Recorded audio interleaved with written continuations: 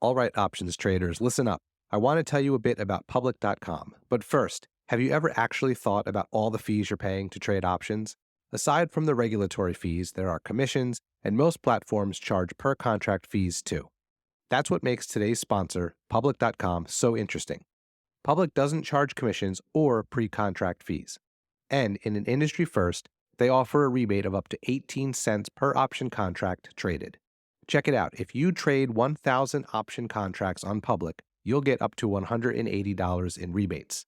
If you trade 10,000 contracts, you could earn almost $2,000. More importantly, the rebate means you can maximize your profits and minimize your losses.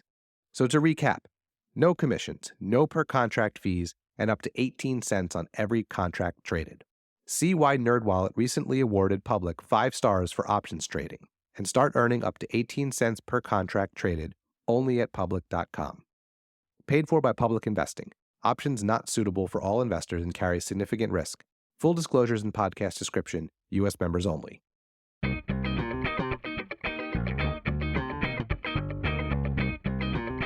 Oh, friends who are watching this, yes, this is our first time launching Battleship Investing Unscripted. We are live. I see us on YouTube. We're live. Here we are. It works. Boomers can do technology, Jeff. I'm very proud of you because you are significantly older than me, and you figured this out without my help. It's true. All of these things are true. All right, everybody. Welcome to our May edition of First Friday's live stream. I am Jason Hall. He is Jeff Santoro. How are you, buddy? Happy Friday. Happy Friday. I'm doing well. This has been a long week, so I'm very excited for the weekend.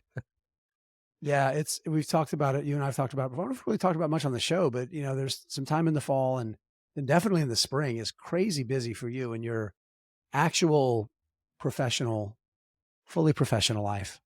So yeah, and I have 2 kids, one in middle school, one in high school, and they're very involved in activities. So there really is no downtime, but yeah, I look forward to things like recording the podcast and doing the live Friday shows to, break up the hard work and everything and do something fun. So this is the first time we're doing this on YouTube instead of just through a link in our newsletter. So I'm hoping people have found themselves here or will as we chat for the next hour or so. I also ask anyone who's on now or listening maybe later on the podcast feed just to bear with us if we have any glitches along the way trying to figure some things out. But we think this will be an easier way for people to connect with us. It'll hopefully grow the live show a little bit more because you'll see the little notification if you're on YouTube that we're live, and that will help drive some people here. And it's earnings season, so I know we're going to talk about earnings a decent amount. We got some questions we're going to talk to each other about. I think we have a nice little debate planned, a recreation of one that we had the other day. We'll talk about some news items and as always, answer questions. So if anyone, in fact, we hope there are questions. That's part of what we do this for. So if you're watching us live on YouTube and you have some questions, you can put them in the chat there and we will do our best to answer them as we move along here. So Jason, I'm curious where you'd like to start.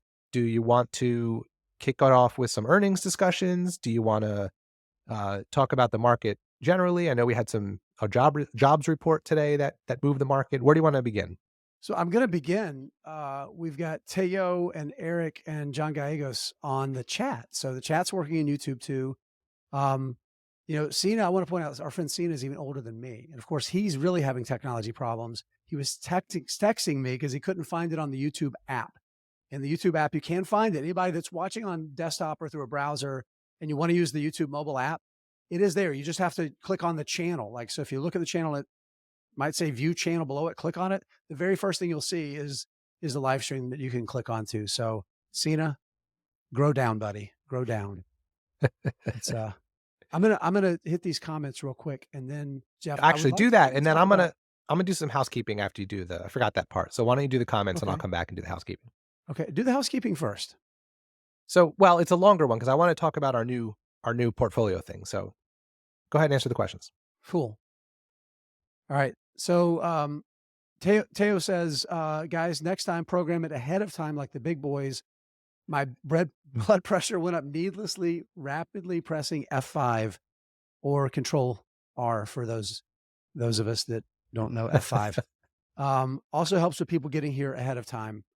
Hey, I can't be responsible for other people, and we got it working. Yeah, I You think that's a major accomplishment because as much as I tease you for being older than me, I ain't no spring chicken, so I'm pretty proud of us There you for go. getting onto YouTube. I'll say this, we know that we knew this was possible because our good friends over at the Chit Chat Money podcast, they've been doing a live show much longer than we have, and they've always done it on YouTube, but they started doing it on YouTube using Riverside, which is what we use.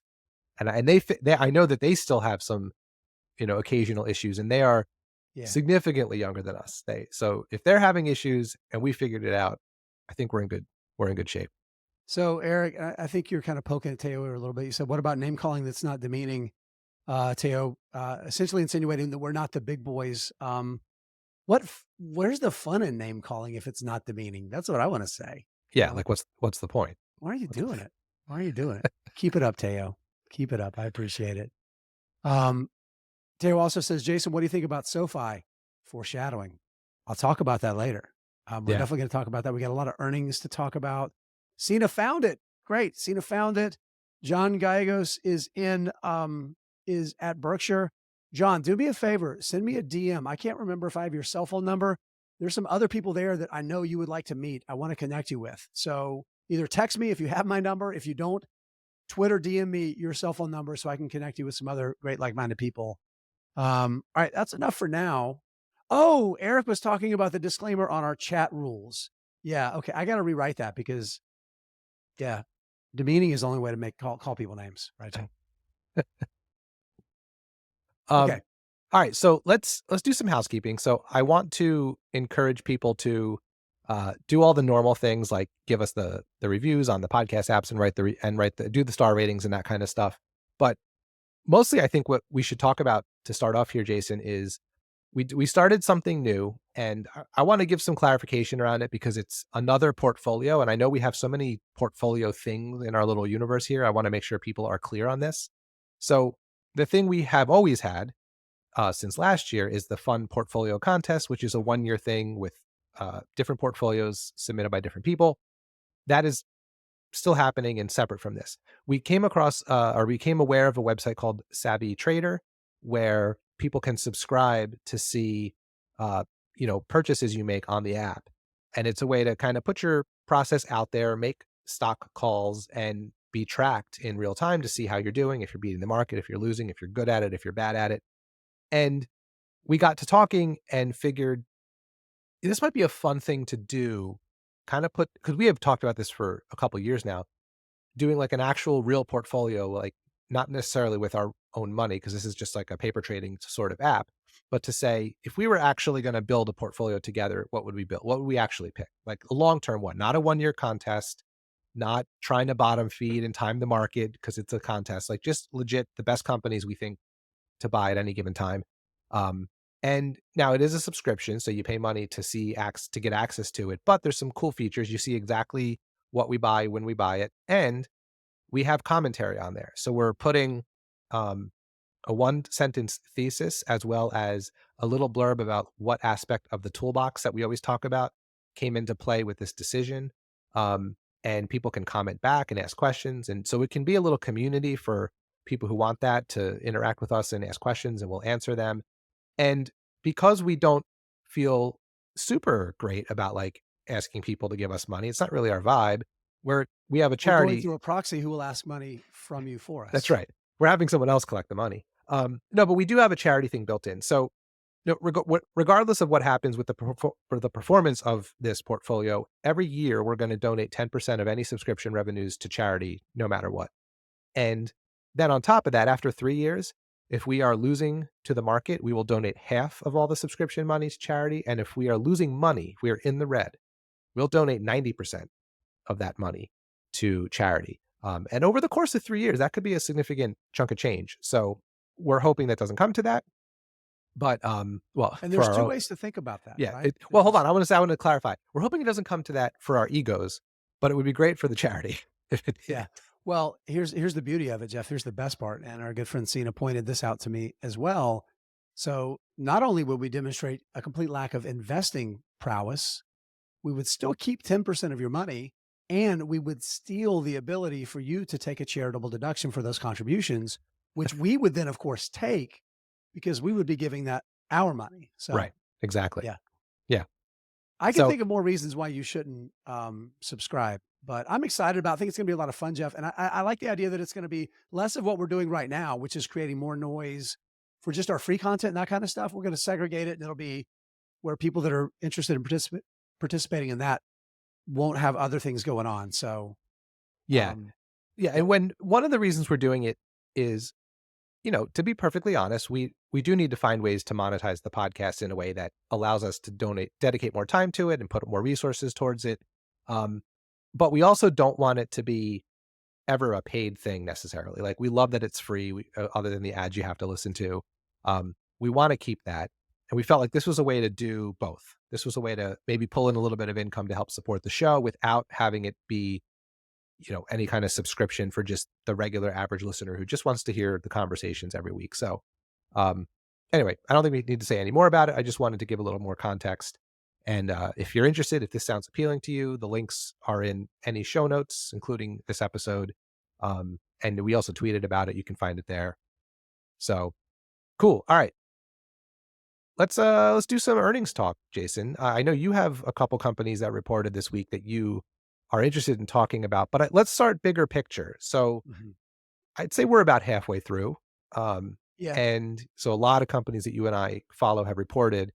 And I'm curious if there's any specific companies our listeners want us to talk about. If so, throw it in the chat there. But what was your takeaway so far with earnings? Anything surprise you? Are there any companies that gave you really bullish feelings? Any companies that gave you really bearish feelings? How do you feel just sort of overall? It's interesting because I mean, it depends from one, I've got some stocks that are just like, what the hell's going on? But generally, I've been pretty impressed with what I've seen. The one that's kind of befuddled me with the market's reaction, this is the one we were talking about from the chat, and I'll start with that one. It's SoFi.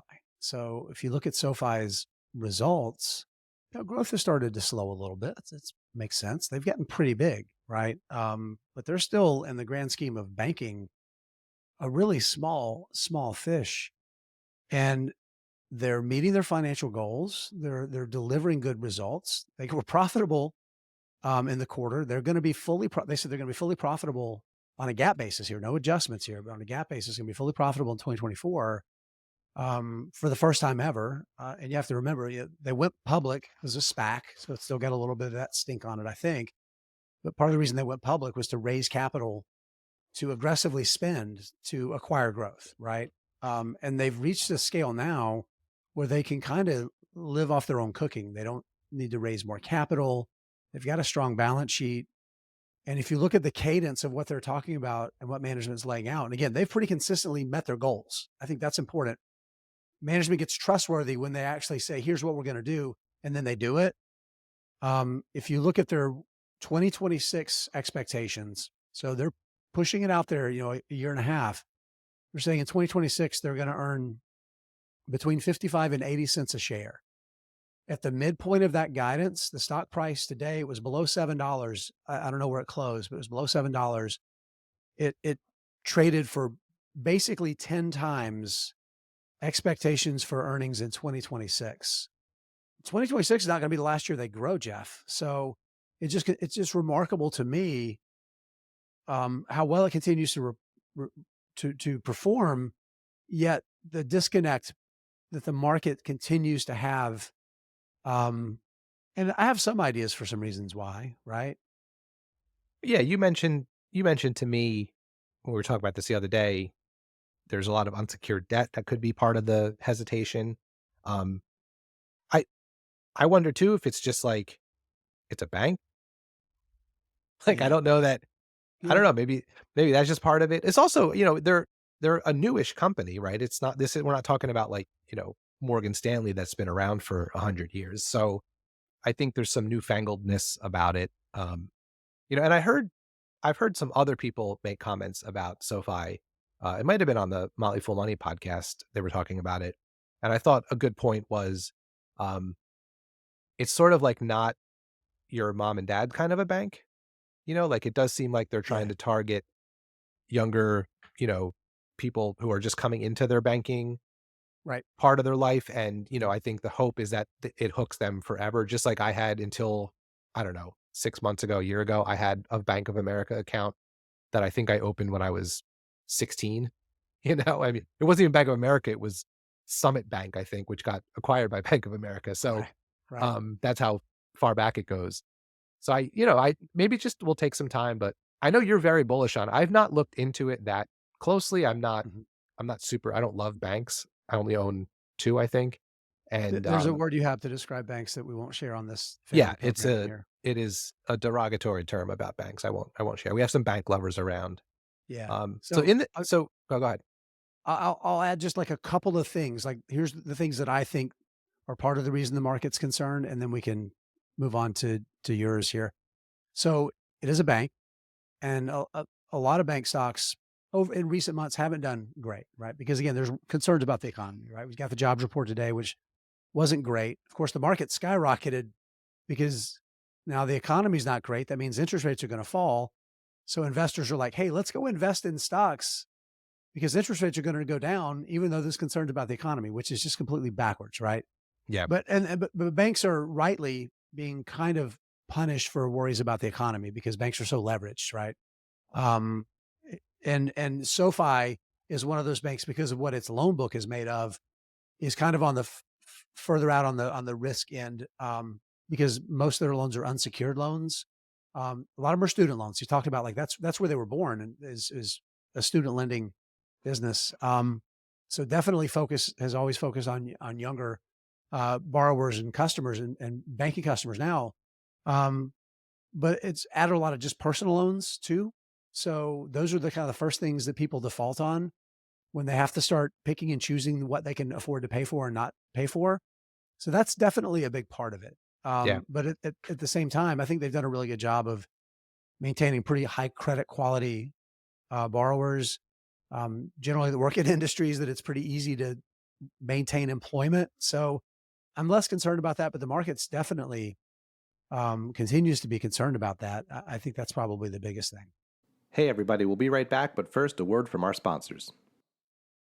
FinChat.io is the complete stock research platform for fundamental investors. They have all the standard financial data on more than 100,000 stocks globally.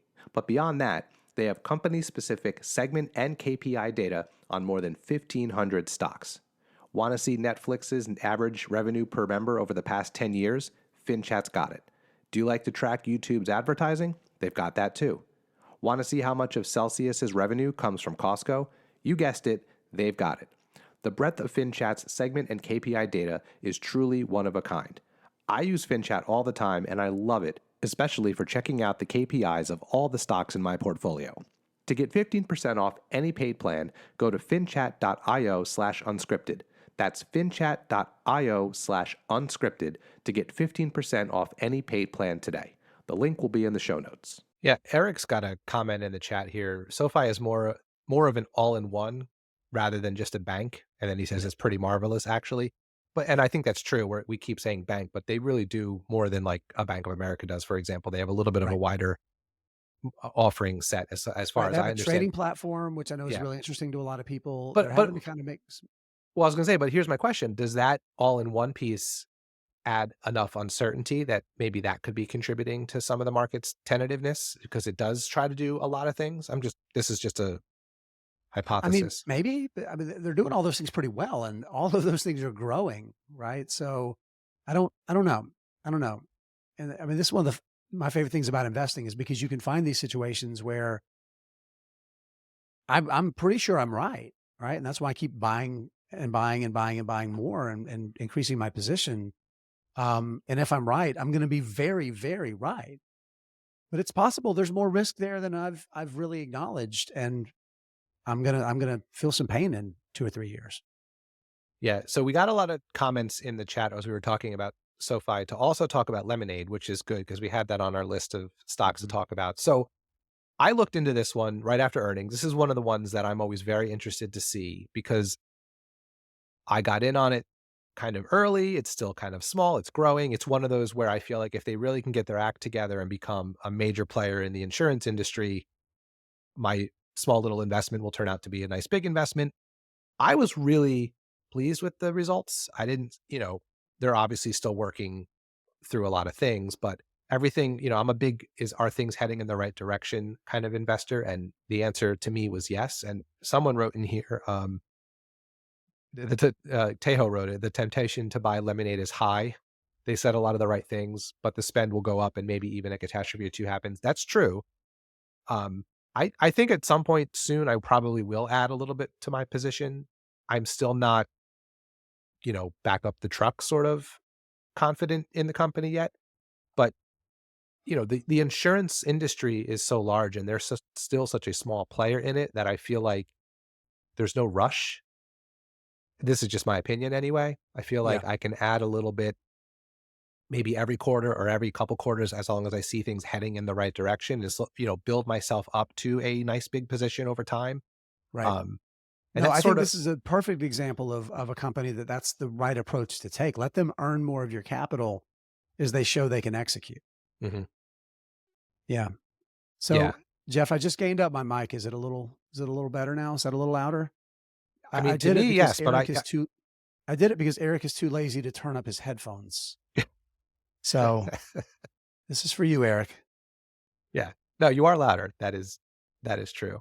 Good. Um, yeah, so I just pulled up, the lemonade quarter. Yeah, so It was my a great spreadsheet. quarter. Yeah, I mean, my spreadsheet makes these little charts to kind of show trends, and it's interesting. I'm always interested in this when the year over year revenue growth line on my chart goes down and to the right, but the profitability line is going up and to the right. Like that isn't appealing to me when even in a time when revenue growth has slowed, a company is able to increase its profitability, even if it's slowly. Like to me, that says things are heading in the right direction. I also like to look at it not for I don't know how you feel about this, but for things like net income, I actually like to look at the net income margin, not necessarily the dollar amount. Yeah. And just as a quick example, they had a net income margin in March of 2022, so 2 years ago, of negative 169%. Right, so it's a net margin loss. Um, Narrator.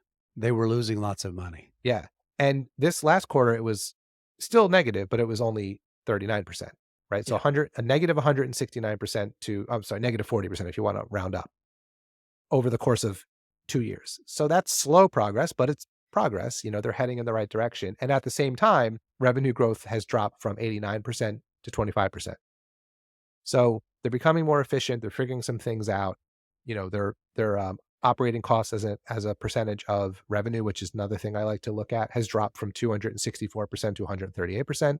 So, and I would say the one thing I kind of looked at and was like, no, actually, I'm looking again. Everything looks really strong. Loss ratios are coming down. Customers are going up.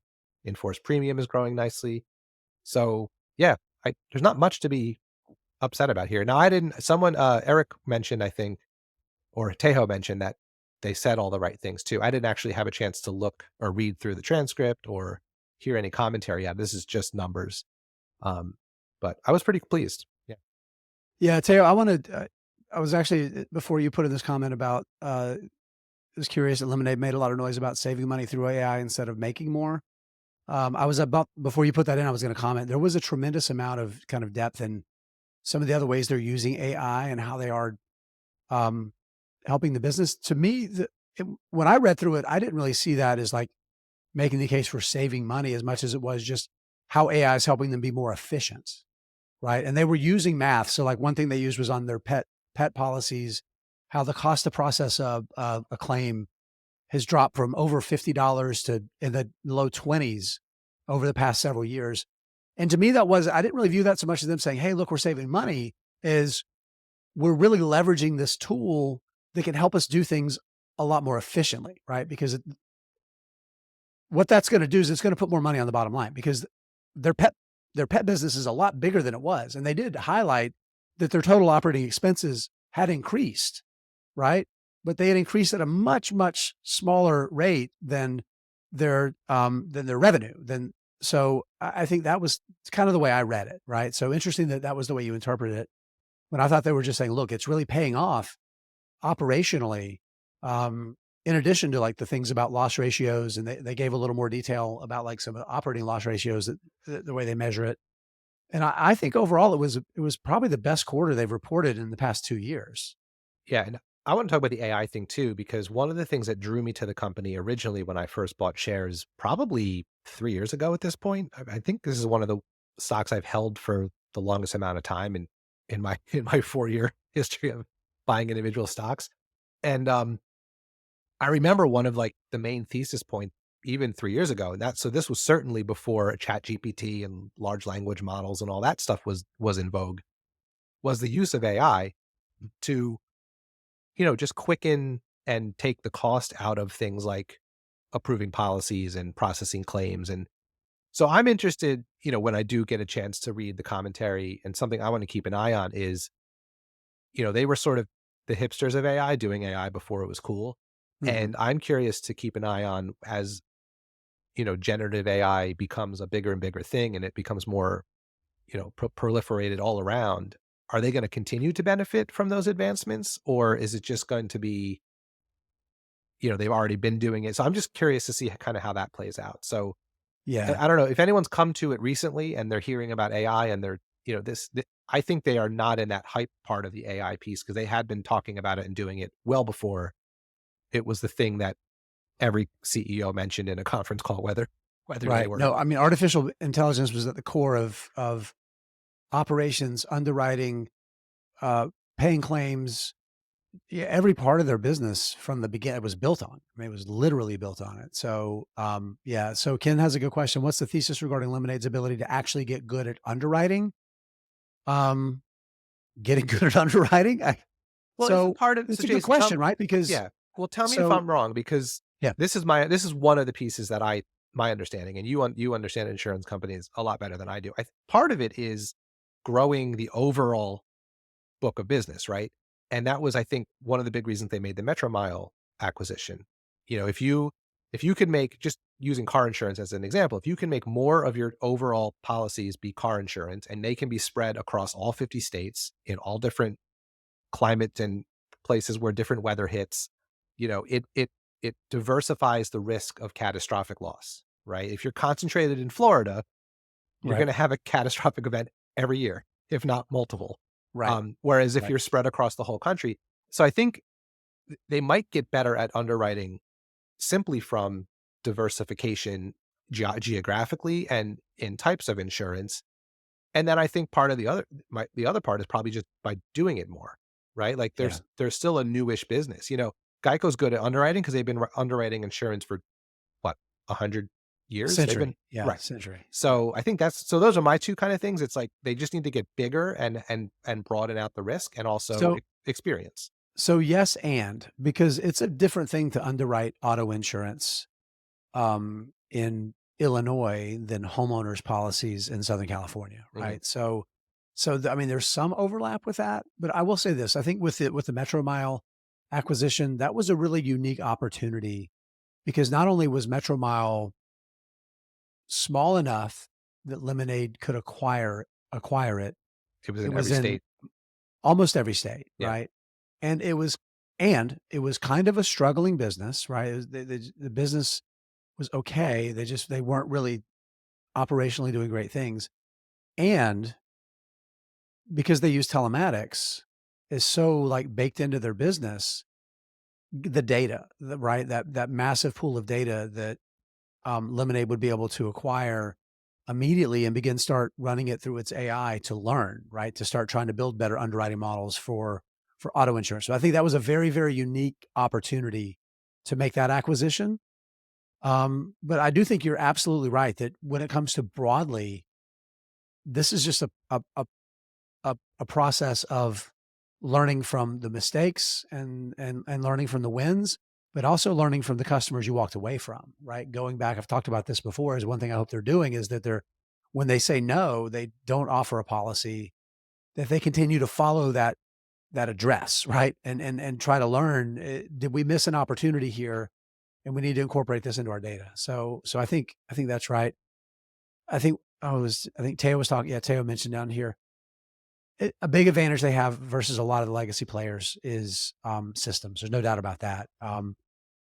Because there's been so much acquisition that's happened in the insurance industry over decades and decades, and you have different regulatory regimes in every state, um, and you end up with all of these systems in place that can make it challenging. So I'm sure that's certainly we're going to that's a benefit for any new company in technology. But I do think that the big thing for Lemonade is can they continue? It's a little bit of the story with SoFi, where if you go back to the earnings call a year ago, they were talking about their expectations for loss ratios on like that particular period of like the new policies they were underwriting in that period. They already expected this is where it was going to be. And guess what? This is kind of it. Go back and look in the earnings, the Q4 from 2022 and then the Q1 from 2023. And they started giving some indications of what they said they were going to see this quarter that just reported. And it's basically, it's there. It's there. And that to me, like that's the thesis. If management says this is where underwriting is going to be at this period and they do it, okay, then you have to believe them. Yeah, and Ryan's got a good comment here about the AI piece. He says, "Agreed, more data should equal better results from the AI models if they're using machine learning to help with underwriting." I think that's true.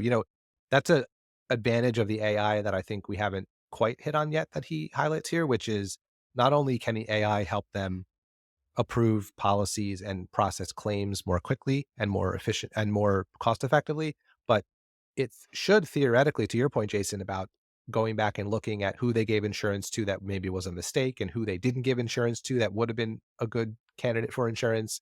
You would think that these AI models would be able to process that data a lot quicker and make those adjustments.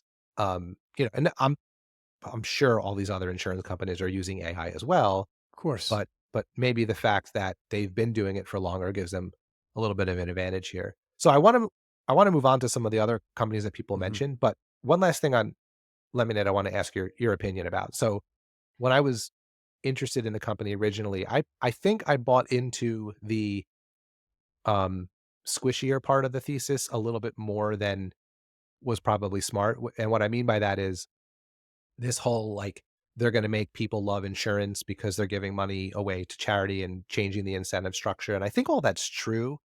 I just don't think that that's the biggest part or maybe even a big part of the thesis. But I will say this to the point about growing and having more policies and diversifying their book.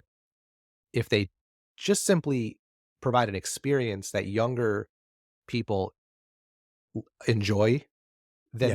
they're gonna stay with Lemonade. Like I'm Right. picturing a 22-year-old kid who gets out of college, has his first apartment, needs renter's insurance, uses Lemonade, and gets a policy in 3 minutes on the phone on his app on his phone while he's watching football, and thinking, "This is cool. I love this." And Yeah. then, "Okay, now Yeah. I need a homeowner's insurance. Oh, now I have a dog. I need pet insurance. Oh, I'm gonna change my."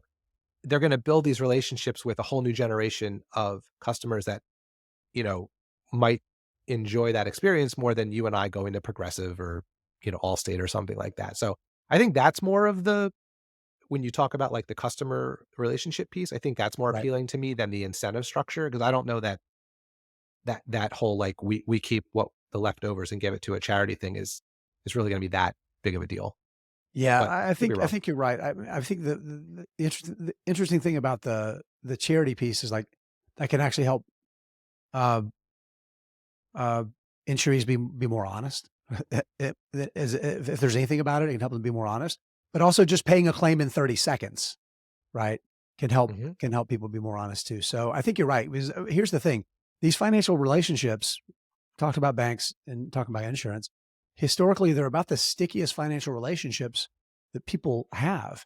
And part of that's because of the friction. Let's be honest, because it historically has been kind of a pain in the ass to move banks or change insurance companies, right? You had to go see somebody and sit in their office Yeah. and wait. And And I that think friction has gone away. And I think the friction of changing insurance companies is even deeper if you've had to file a claim, Yeah. right? So, like, I just speaking for myself, and I'll just stick to auto insurance. Before I had to ever have used an insurance claim, which I was lucky, I drove for a while before there was any kind of issue. I would change insurance companies all the time because it was easy just to like go to the website, get a quote, change. But after I had some positive experiences with an insurance company where I had to file a claim, it was super easy. I got a rental really easily. It was great. It was a great experience. Right. I then shopped around, got a better price, and really had to think about changing because you now I'm stepping into the unknown of what Right. is their claim process going to Right. be like. Ultimately, I Yeah. did it because it was a significant savings. But so, all right, let's move on. Let's talk about another. So way back earlier, we had some other requests to talk about some other companies, and I think one that you'll have a fun time talking about, and I will too because I like the company is Kinsale. Um, Yeah. Tyler Crow has joined the chat, by the yeah, way. it's going to get So negative, guys. yeah, it already has. I made the comment earlier about, you have to trust management. And of course, Tyler, all caps, screaming, old man shouts at cloud. You never have to believe management. So Tyler, I love that. I love that. And my point I love it when they actually deliver what they say they're going to deliver. That's all. That's my point. You know that. Put your beer down, then pick it up again. Yeah. What'd you think about Kinsale? I think the quarter was fine. I think we've had a couple of people comment in here about growth decelerating a little bit. It's true. Growth is slowing. Um, but it they've been telling us, Michael Kehoe's been telling us for a year that growth is going to slow at some point, right? You're not going to get 40, 50, 60% growth from an insurer every year, right? So that's good. But the multiples come that trades for 25 times earnings now, Jeff. I think it's very reasonable. They have 1% of their market. 1% of their market. They're the only pure play. It's a really big market, but it's not really repeatable. So big insurers generally they might dabble there a little bit and then realize what are we doing? And that can affect premiums and that kind of thing, and it can affect the profitability at the policy level. But it's such a best in class business, and there's so much opportunity for grow. It trades for a reasonable valuation, even though we made that argument that's like this is one that's worth paying a premium for, and I still fully believe that it's not even a premium valuation at this point. Well, so when we talked about it at length on that one podcast episode, whatever it was, a week or two ago, one of the things that we noted was, yes, it is expensive compared to other insurers, but it's also been more expensive compared to itself. Like we talked about where, it's been at 12 times book value at certain points. And so when I saw the reaction from the market, I was like, "Oh, wow, what happened?" And I went and I looked at and like real quick glance at the results. I was like, "Wow, that doesn't seem like it's, you know, worth the whatever it was, 15% drop or whatever happened."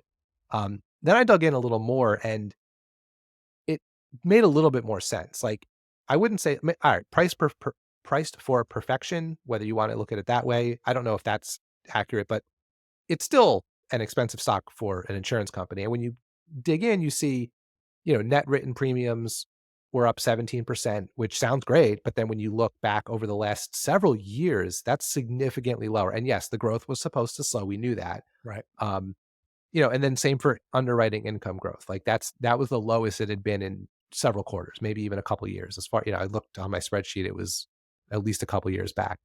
Um, and then even the combined ratio, which is, a metric of how good they are at writing insurance and how efficient they are at running their business. That was the highest it's been since the third quarter of 2022. And high is bad in this case. This is a Yes, metric you right. want it lower. Yeah, yeah, Right. yeah. So, Yeah. and it's one of those things. It's like it's still very good, but when you've been, crushing it for so long, like very good sometimes is enough for the market to be like, okay, I'll take some profits and leave here. And it's still expensive, like not maybe prohibitively so, at least not in your opinion, but it's still like more expensive than Geico, or something like that. Right. Um, so anyway, it made a little more sense to me when I looked at it, but Yeah. uh, I'm still a happy shareholder, and I wouldn't rule out adding to the position, especially after the drop. Yeah, on a cost basis, it's one of my 2 or 3 largest stocks already. But I'm still considering adding to that position. John Dentley points out that Tyler's more focused on entertainment value. Says we all appreciate it, John. I appreciate that too. Tyler points out that it's after midnight in Tbilisi, where he is. Do the math. He has consumed a copious amount of Georgian wine. Good job, Tyler. Well done. Hey, everybody, we'll be right back, but first, a word from our sponsors. Earlier in the show, you heard us talk about investing platform public.com. That's where you can trade options with no commissions or per contract fees. And you get a rebate of up to 18 cents per contract traded. NerdWallet recently gave Public 5 out of 5 stars for options trading. If you want to see why, go to public.com and start getting a rebate of up to 18 cents per contract traded. Paid for by Public Investing. Options not suitable for all investors and carries significant risk. Full disclosures in podcast description. U.S. members only. All right, what's next? I'm just looking through here. So we had another comment in here about both Cloudflare and Fortinet selling off sharply after earnings. Now, I don't follow Cloudflare much anymore. I used to own that stock, but I sold it quite a while ago. I do still follow and own Fortinet, and I actually just looked before we started recording today. Here's the weird thing about Fortinet. This is, I think, the fourth consecutive quarter, or like 3 out of the last 4 quarters, where they've reported and the stock has dropped double digits after. But it's still, like, when I look at my portfolio, doing pretty well for me. So, and I don't have the stock chart up right now. Maybe I'll look at it in a minute, but it's interesting to me that it's fallen double digits multiple times that I can think of just in the past year, and that it's not down 50% overall or something like that. So Yep. it seems to be able to come back from these, sell-offs. But yeah, it's disappointing that it has, that they've not been able to have better post-earnings results on the stock price anyway. But I don't know. Do you follow that stock at all? Have you looked into it? So Cloudflare, a little bit. I've read a few things out there and talked to a couple of people that I know that follow it really well. And I think it's one of those cases of kind of selling the news where Cloudflare had a pretty good quarter. I think it grew around 27%. Still reporting losses on a GAAP basis. But like a lot of these like cloud software, recurring revenue businesses where their fixed operating costs are relatively low and they generate massive, like I think their gross margins are around 80%. You get just such really good incremental margins, and they've grown so much. They're like depreciation expense, and other like non-cash expenses are really big. So they have GAAP losses, but it's generating free cash flow. And that free cash flow amount continues to expand. You look at like their order book, and there's a metric. I can't remember the name off the top of my head, but it basically is a measure of future revenue, like deferred revenue. That measure continues to grow really, really well. So their business model is working really, really well. They may have some pricing power. If they prove that pricing power, they might be able to push their margins even higher over time, which could be interesting. But I think all of these technologies are, they tend to be deflationary. So I would question that. I think the biggest thing is that their guidance was maybe a little softer than expected. And you know how these high flying tech stocks, if guidance is off, there's usually a beating that follows. And I think that's probably what happened. Yeah. But yeah, I haven't followed it really that closely for about a year now. Yeah. While you were talking about Cloudflare, I looked up the stock chart for Fortinet. I'm just displaying it really quickly here, and I'll talk through it for those listening. But like, you can see these like sharp drops every time they report. So over the past year, the stock's only down 2.5%. Like, even though they've had these massive 20%, falling off a cliff moments every time they report. So it's an interesting one. I don't own many. I think I only own 2 cybersecurity stocks, not Cloudflare, Fortinet and CrowdStrike. Yep. And for the longest time, I was actually a little bit more bullish on Fortinet because it was just crushing it every quarter. It was just like, it was for a while there, one of those stocks where every time the earnings came out, I was like super impressed and curious why more people don't talk about this company. But they've had a little bit more struggle over the past year or so. So, um, still holding. I'll dig into it a little bit more. I haven't, other than again filling out my little spreadsheet. I haven't looked at the nuts and bolts of their earnings yet. Um, Ryan's got an interesting question here I want to answer real quick. mhm, It is a trend we've definitely seen here recently. Interesting seeing some of the bigger tech companies introducing dividends lately. Salesforce might have been the first. Um, Facebook and then Alphabet just here recently. Facebook last year, earlier this year, mhm. asked, "Do you think this is sort of a bigger trend towards companies paying dividends?" Sort of. I think what we're just seeing is that if you think about the growth of all of these companies, Facebook is newer, but Salesforce, Alphabet, um, Microsoft continues to increase their dividend. Really, Alphabet may have been, or Apple may have been the one that kind of started the trend when they started their dividend, what, 5 or 6 years ago. These companies have just gotten to such a scale after so much growth, and they're kicking off so much cash flow. You need to do something with it, right? And So, these and these dividends are tiny comparative. Like, unless you're Mark Zuckerberg, who's getting like $750 million right, a year in dividends. right.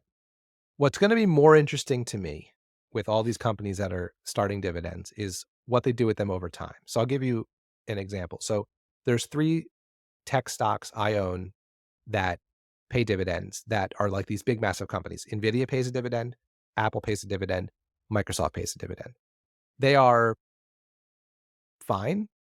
Like, I don't own a lot of any of those companies, so I'm getting pennies in dividends, but they still have, after paying the dividend, all three of those companies I just mentioned, just insane amounts of cash. And I think, and the same is true with uh, Salesforce, the same is true with Alphabet, the same is true with Meta.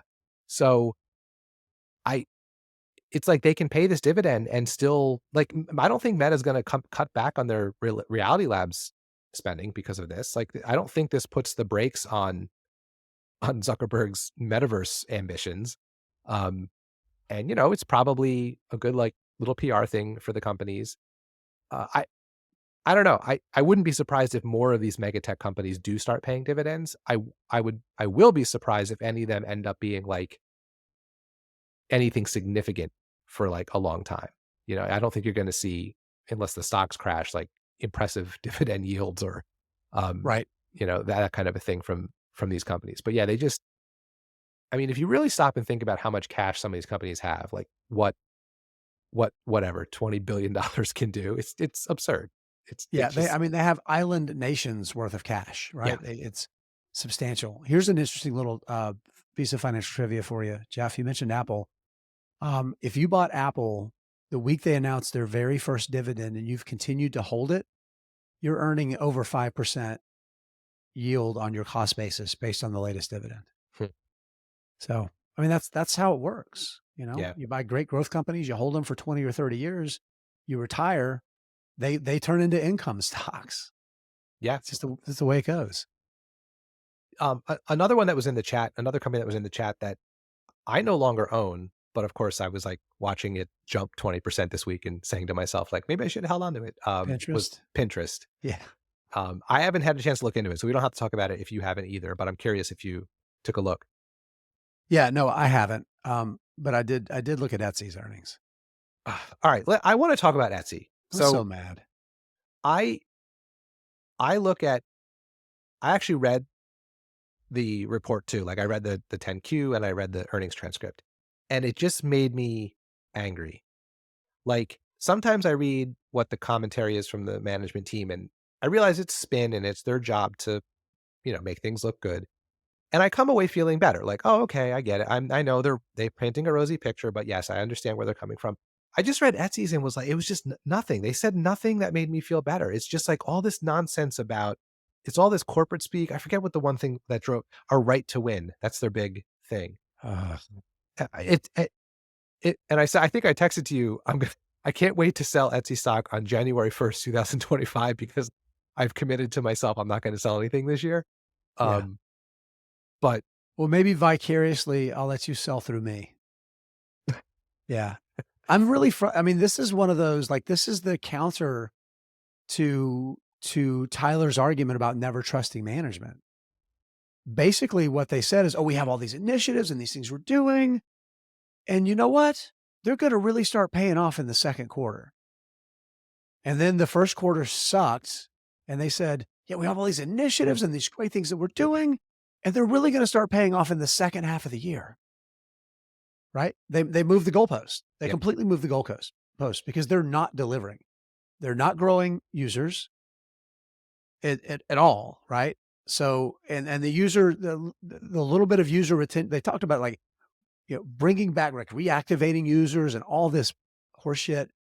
And the bottom line is that um, total revenue, gross merchandise sales on the platform fell. Right.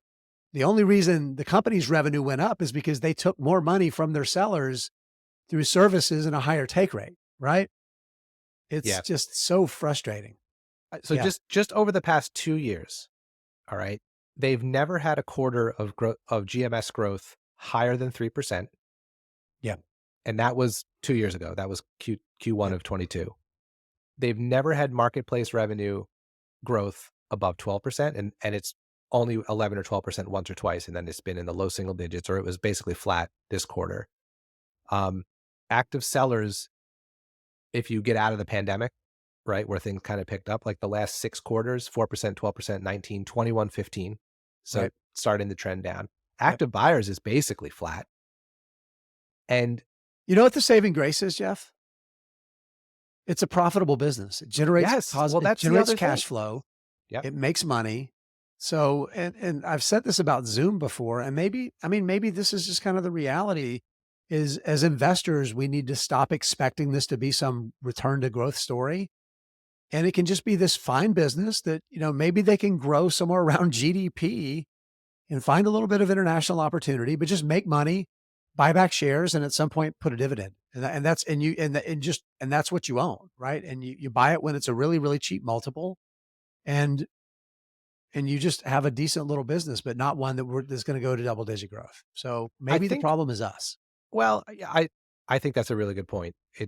It is what it is, maybe, and it's not what it I think the other thing to remember too, if I remember correctly, did they not come public much before the pandemic? Are they No, one of the it's one relatively new. I'd have to right, look like for sure, but 2019 maybe-ish? Or sounds directionally that's close enough. Yeah. I always, confuse them with Pinterest because I feel like they both maybe came public in 2019. But regardless, I think this is what No, Etsy, 2015. 2015, okay. So, but I do wonder if the market and investors have in their brain what it was able to do in 2020 and 2021 because of the pandemic. Yeah. But what frustrates me about Etsy, and to some degree Pinterest as well, is like Etsy should be a better business just from the standpoint of it's kind of the only website that does what it does. You know what I mean? I mean, Yeah. in terms of like the biggest place you can go for the most choice, if you want like a bespoke handcrafted gift for someone, like if I'm buying a gift for someone and I want it and it's not like a specific thing from a specific vendor, like a specific product, like a big brand, I'm checking on Amazon. And if it's not on Amazon because it's a handcrafted thing, I'm gonna go to Etsy. Like those are the only two. So like from that standpoint, I feel like they have this huge opportunity and I don't But it's not really a huge opportunity, you know? I well, don't maybe think it not. No, is. maybe not huge. Yeah. I don't know. I just feel like they have a differentiated product. No, Like they there, do. But there's again, that not many. differentiated product is not a massive growth thing. Yes, that I think is true. That I Yeah. think is true. All right. What's next? We got less than 10 minutes. All right. I think we've beat earnings to death. So maybe we can move on to some other stuff. Um, I'm curious. I want to ask you a question. So we talked about Starbucks the other day, offline, and I sold Starbucks a while ago. And one of the reasons I did was I'm actually a little bit more worried about their exposure to China than you are. Um, in the sense that if anything ever goes wonky over there geopolitically, that's their second biggest market. And it seems like a lot of the market expectations that are baked into the sales price are that that market's going to continue to grow and be huge for them. Mhm. It's not the only reason I sold it. It's part of the reason. And then you push back at me saying, well, then why do you own ASML? Because Right. in your mind, they have a bigger geopolitical threat in terms of like the future in China and things like that. And I disagree. I think if something happened where you could no longer do business in China, Starbucks would would suffer more in terms of that proportion of expectations or growth compared to like their overall business than ASML would. But you disagreed. You said you thought ASML would be absolutely crushed if the China market was completely cut off. So curious Yeah. if any listeners or viewers here have any thoughts on that. But I Yeah, thought I'd maybe love you that guys to weigh in on this too. And let me I just wanna give, like, my 30-second screed on it to really kinda contextualize my thoughts about it. So, yes, China is certainly, I think it's fair to say it, and they've said it, management at Starbucks has said it, that it's kind of their most important market because the expectation is that within a few years, it's gonna be bigger than North America. China has a middle class that's bigger than the entire United States population. Middle class meaning people that have disposable income and can do things like buy a cup of coffee, right? That's substantial. And we've seen pretty consistently that Starbucks has delivered in China. They've been able to grow. If this past quarter was not good, wasn't good in a lot of places for Starbucks, but it seems like the idea, um, that Starbucks is, China business is just going to disappear overnight. Um, we've actually saw it happen during the pandemic, right? China got shut down. So that stop. business, But here's the difference. Here's the difference with that because this is the genesis of my whole thing here. yes, right, Um, yes, their business in China was essentially completely shut down during the pandemic and for a lot longer than the rest of the world because that zero China policy kept on much after everything else opened up. right. But the expectation was still that at some point it would come back, Of right? course it was. Everyone Of knew that course was it was. temporary. Here's my concern, and Okay. I know this is a little bit wonky with like world war risk and stuff It's like mental that. gymnastics, but But go if ahead. but if China ever actually tried to take Taiwan, right? I Yep. feel like the world reaction to China in terms of sanctions and things like that would be similar to what we saw with Russia when it invaded Ukraine. And, you know, all these American companies divested all of their Russian business as soon as that happened. All the McDonald's shut down and things like that, right? So I would imagine something similar would happen. And Starbucks would basically be like, okay, they're either going to choose to or kind of be forced to not operate in China anymore, unless there's some piece of how it works that I'm not aware of. So that's my, and I know that's a long shot, but I think you would have said a Russian invasion of Ukraine was a long shot too.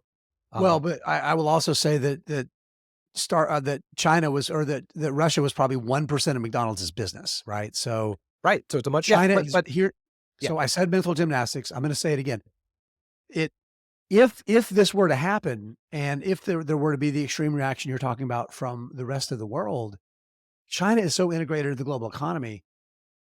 The least of our concerns would be China, Starbucks having to close its Chinese stores.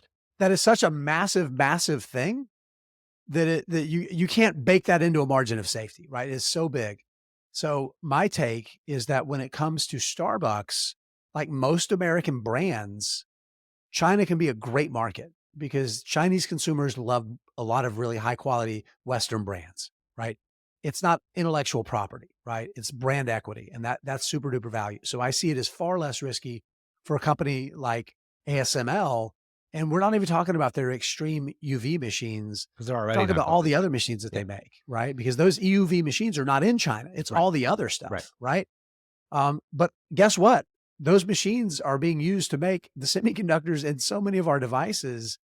It would be a massive, massive hit to ASML and every other company that makes semiconductor tooling or software or any of that sort of thing.